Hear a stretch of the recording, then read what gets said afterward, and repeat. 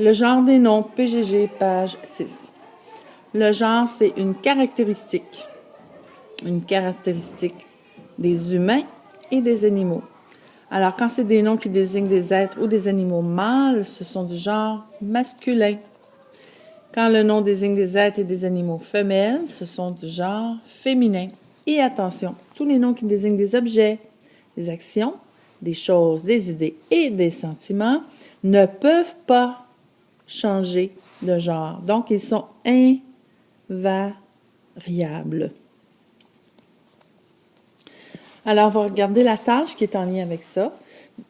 Dans un premier temps, tu dois lire le texte ci-dessous. Alors, voici le texte. Tu dois lire. Prends l'habitude de surligner ce que tu as à faire, ça va te le rappeler. Alors, comment identifier un nom? Un nom commun, tu peux mettre une, un ou des devant. Et pour un nom propre, c'est souvent le nom précis d'une personne, d'un pays, d'un animal, on le reconnaît par la majuscule qui est devant. Alors, tu dois, dans un premier temps, B, souligne tous les noms masculins et encercler les noms féminins. Alors ensuite, tu dois faire quoi? Tu dois les classer. Nom invariable, tu te souviens, invariable, ça concerne uniquement la consigne qui est ici. Les objets, les noms, les choses, les idées, les sentiments. Et les noms variables en genre, pas en nombre, en genre, donc masculin, féminin.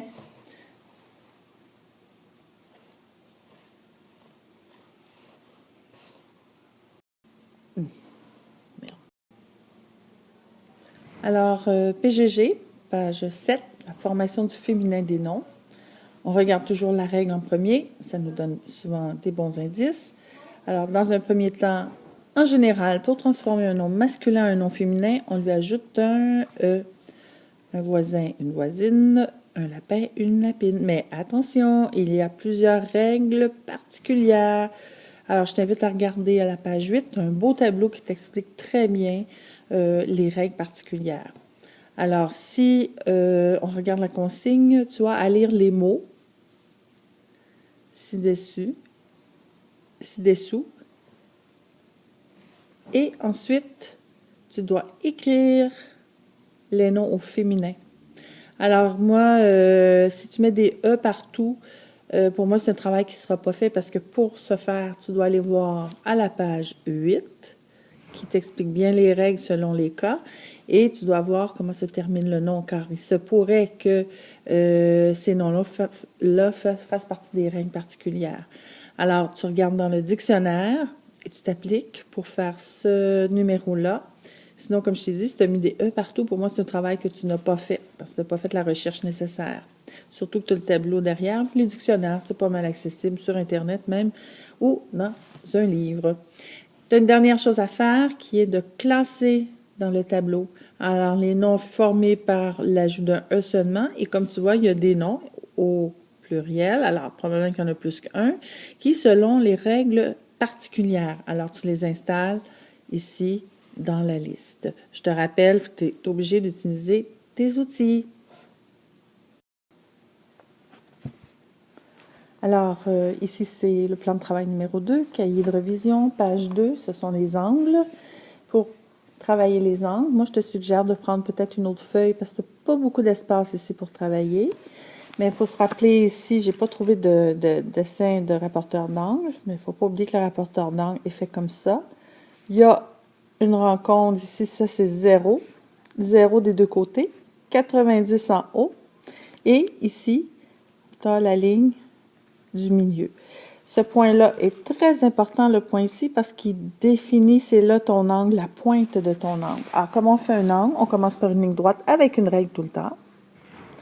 Ensuite, ce point ici va devenir la pointe de ton angle. C'est important que la ligne ici, le centre du rapporteur d'angle soit ici, à ton point ici.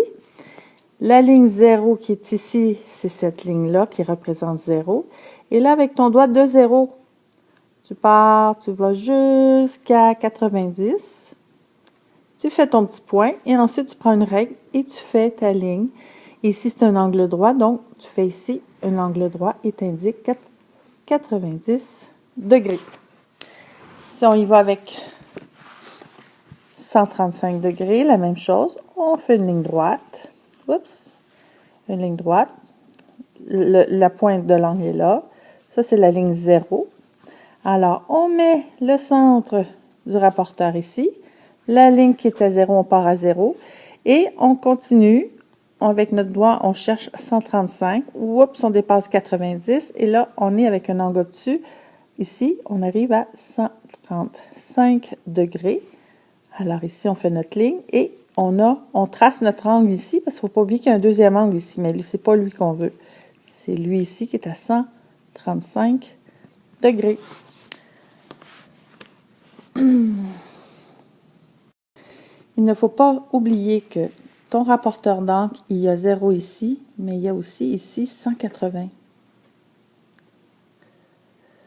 Parce qu'ici, si tu commences à 0 ici, quand tu montes, tu pars 10, 20, 30, 40, 50 et tu continues jusqu'à 180. Si tu pars de 0 ici, alors c'est 0, 10, 20, 30, 40, 50, 180.